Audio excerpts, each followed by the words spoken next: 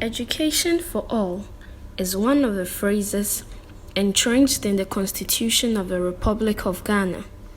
Government officials and other non-governmental organizations have sought to implement this in that regard and thus have established various schools for the deaf and blind individuals in the country.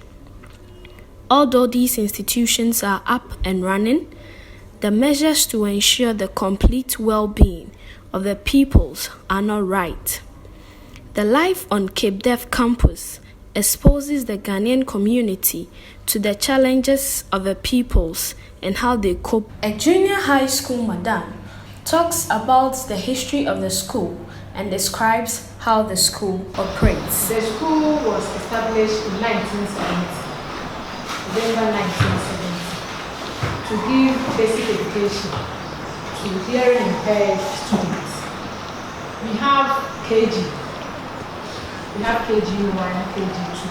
But before the children comes in for kindergarten program, we have preparatory lesson, preschool.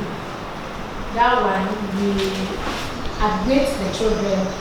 For them, they come for the normal classes.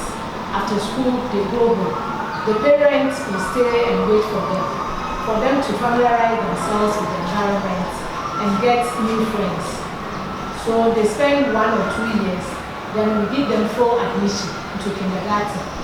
From kindergarten 1, kindergarten 2, we have class 1 up to class 6. We pass through the normal regular school, the normal basic school, like our hearing counterpart. From class 6, instead of going to JHS 1, we have a preparatory class between JA1 and class 6 to break the gap, whatever they need in class 6, to prepare them for JHS. So from JHS 1, they pass through J2, J3. So instead of 3 years in JHS, we have 4 years in JHS. The regular schools, they spend 9 years in school, but for us, we spend 13 years. We do the same subjects, the normal subjects, English, mathematics. We don't do the hair language and French. We do ICT, social studies, all the subjects. At the end of the final year, they write BEC. Very soon in June, they'll be writing their final year, the final exams in June. After the examination, if you are successful, then you go to technical, secondary technical at Mampo, the only secondary technical for the deaf. So if you are not fortunate, we also have vocational complex. We have one here, we do hairdressing, painter weaving, batik tie and dye, carpentry, sewing and tailoring. Then they spend 4 years here. After 4 years, they graduate, they write MBTI, then they get their certificate, then go back to wherever they came from to establish something for themselves. We also have unit for the blind. It was established in 2001-2002. For them, they come and spend 3 years to learn the Braille rudiments. They come to learn the basics of Braille. So after learning the Braille, they go to Ghana National Basic School, Inclusive Education. Wherever the problem started, if they come here to spend 2-3 years, they learn the Braille, they go to Ghana National Basic School for Inclusive. So from that place, if you were in class 1 or class 2, wherever class that you were, you go and continue from that place. From that place to, after BEC, for them, they go to Ghana National Secondary School or any other secondary school. For them, they have resource teachers. Ghana National Basic, they have resource teachers who helps them. But for the deaf, it's only the teachers. We use sign language to teach them. Though they are impaired, these people still engage in their daily chores and by that, try to wash their clothes themselves, shave their hair, fetch water, and climb hilly grounds to their various dormitories. One cannot fathom the ways through which a blind student can carry a bucket of water to that distant abode. Some of other foreign volunteers also help the pupils in their dining hall to eat their supper and ensure that they are relatively taken care of. The house mother of the school recounts some difficulties she faced when feeding the children. She says some of them, because of the treatment they received from the house, find it difficult to eat on their own. She would have to feed them herself or sometimes go to the dining hall with them. Lucy, a partial blind pupil who left Fijai Senior High School for rehabilitation in this school, also narrates the circumstance that led to her partial blindness. Yeah, I was in ACT Fijai Senior. Yes, I was admitted at for several days. And later they discovered that Stevens Johnson.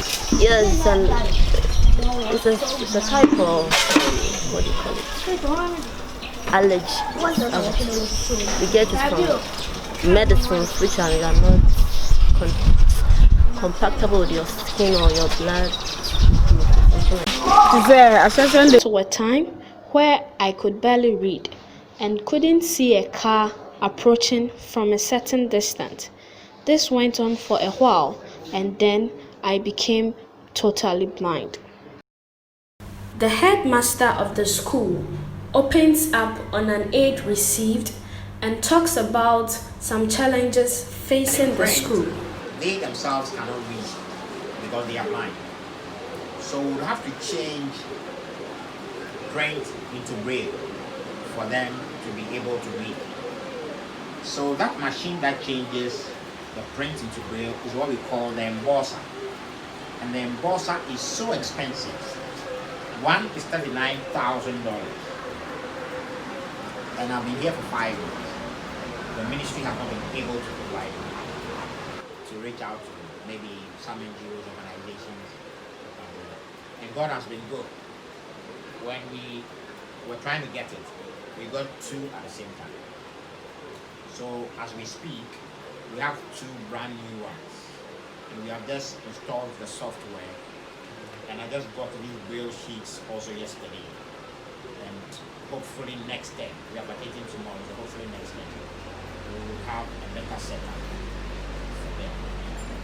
But then going forward, we will need laptops, about 2 of them for the embossers and for each embosser.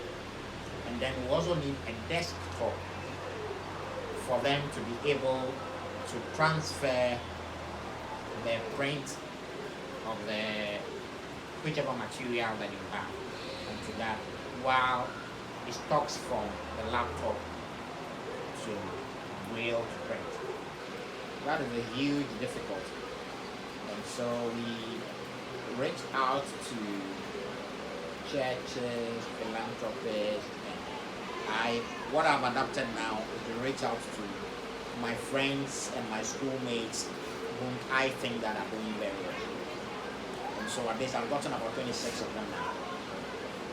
And I'm trying to get some more. I've also added my own siblings who I think they can support. So what I do is that I just say that you can take care of only one person. And I don't need so much from you. Just 100 CDs at the end of the month is okay. So 100 CDs at the end of the month is able to buy some. What they need is basic. Pepsodent, soap, pads, those things. It's not so much. So if you are able to do that for me, then I'll be able to get these ones sorted out. And then going forward, I want you to have one child for yourself. So maybe once a while, we can just pass through and see the child, interact with the child. If you have anything, you give. Even if you don't have anything, just come and let the child see you. And that care alone